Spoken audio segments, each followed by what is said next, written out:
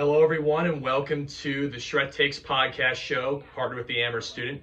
Really glad to be joined by sophomore on the volleyball team, Lizzie Papalia Yes. from Louisville, Kentucky. I'm really excited to have her on. Obviously, I've known Lizzie since her freshman year, which is last year, and she's done really good things for the volleyball team, and they're off right now to a 2-2 record. They got a big game this Friday, so you guys definitely should show up to the game and be excited for that matchup. But I have a few questions I want to talk to her about. But first, before I get started, Lizzie, thank you so much for coming on. Oh, thank you for having me, Schrett. Of course. So let's get into the questions I want to talk about a little bit today. So the first one is obviously, you're a sophomore coming in. Obviously you got a lot of minutes as a freshman. But talk a little bit about that kind of experience you had as a freshman and kind of learning the Amherst system, I guess learning game to game, kind of just the ins and outs of college volleyball. Talk to me a little bit about that. Yeah, so coming in as a freshman and getting to play a lot was really, it was an honor. I definitely took some adjustment coming from my high school team where, I was kind of top of the totem pole. I was like a senior. I'd been on varsity for a couple of years, so I was really comfortable with it. So coming to Amherst was just a reset. I really had to relearn being on a team and kind of earning my respect rather than already having it. But I mean, my freshman year was awesome. I had such great teammates, such supportive teammates, and I really think it went as best as it possibly could have. Yeah, I mean, talk a little bit about I guess I'm diverting a little bit away maybe from the question, but in a sense, talk about the leaders that you had your freshman year. So obviously Sierra, Skylar, Jamie, Michaela, Sophie, just to name a few. Obviously, we're great leaders, right? I had the pleasure of being friends with them. They were great. So talk a little bit about just kind of their leadership for you, as a freshman, and how they kind of brought you into the program. Yeah, so the seniors last year were absolutely amazing. They really set the tone for what our team was about.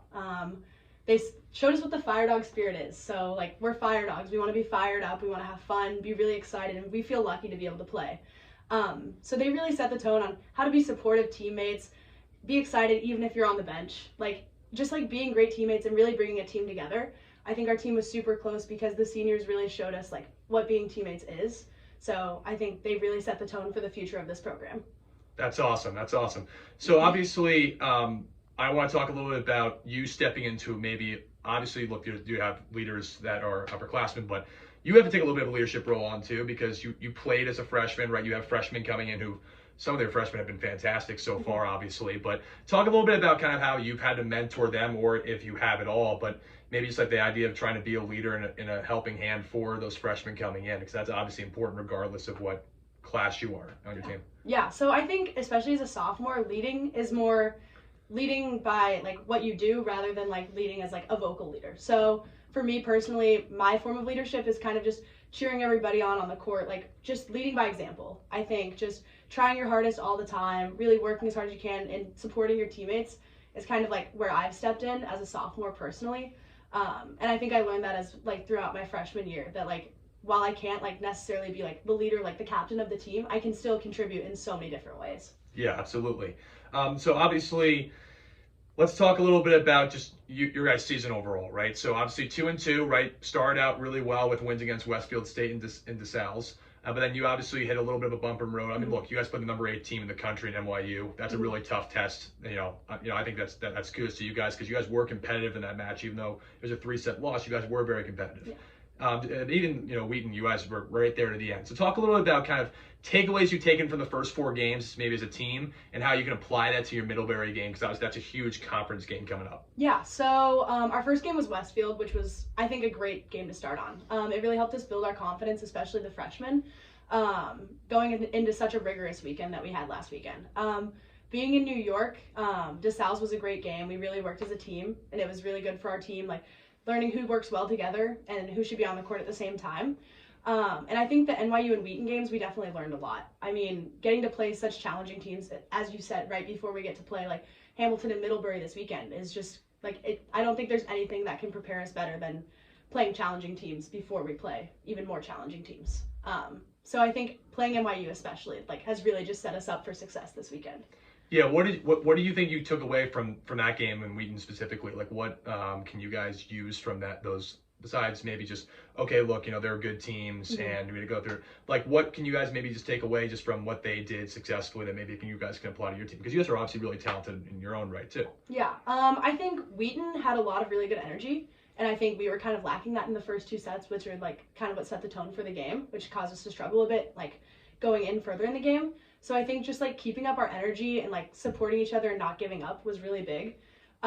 Even if like some people are struggling, bringing up your teammates. And then the NYU game, it was our first time playing such like a coordinated team that was constantly in system and just like getting everything up. And I think that like playing them showed that like we can hang in with teams like just that skill level, like number 8 in the country, and we almost took a set off of them. So I think like it really just showed us how capable we are. Yeah, it's saying also to put in context for people, Amherst going into that game only played 3 games. NYU going into that game already played I think 6 or 7. So that's obviously that's going to contribute to that a little bit too. But you guys should obviously have really exciting games coming up this weekend, right? Middlebury, who you guys had a really hard fought 5-set loss to last year. You guys, I think, beat them in the NESCAC quarterfinals. Yeah. And that was super exciting, I know, for you guys. And then Hamilton, a team that you guys lost to also, but obviously looking for revenge in that one. So talk a little bit about how exciting the game is, number one, but also what did you learn from those last year, those grueling matches? Because obviously, NESCAC volleyball is really difficult, regardless of who you're playing. So talk a little bit about that to the viewers. Yeah, so this weekend, I think they're both super personal games. We lost to Hamilton in 4 last year. Middlebury, we lost in 5 by 2 points. Our first time we played them, and we beat them in 5 by 2 points the second time we played them. And Middlebury was also the bid that went to the NCAA tournament after us, over us last year. So super personal games coming up, and I'm really excited to just get that revenge. And I think that's going to fire us up going into this weekend. I think we have a lot of motivation just because of how last season went and how we know we could have won and should have won those games that we lost. Talk a little bit about just NESCAC volleyball generally. I mean, what was something obviously from college to NESCAC that you learned based on maybe style of play, how teams play, that kind of stuff that, obviously has maybe prepared you guys better for your second year, but obviously for a lot of the seniors who are coming in here, the freshmen, just because obviously I think people don't quite understand the talent that's in the NESCAC. So if you can just talk a little bit about that. Yeah, to my knowledge, NESCAC volleyball is really blown up. So maybe people from the past wouldn't say it's super challenging, but these past couple of years, it's really blown up. And so there's the top half of the NESCAC is very challenging. We were 6th in the NESCAC last year, and we beat teams that were in the top and we lost to teams that were in the bottom. So talent is super evenly spread, and I think every game in the NESCAC is super personal. So just coming in with that fire and taking totally accepting that these people are opponents that we need to respect and work really hard against is how you find success in this conference. That's awesome.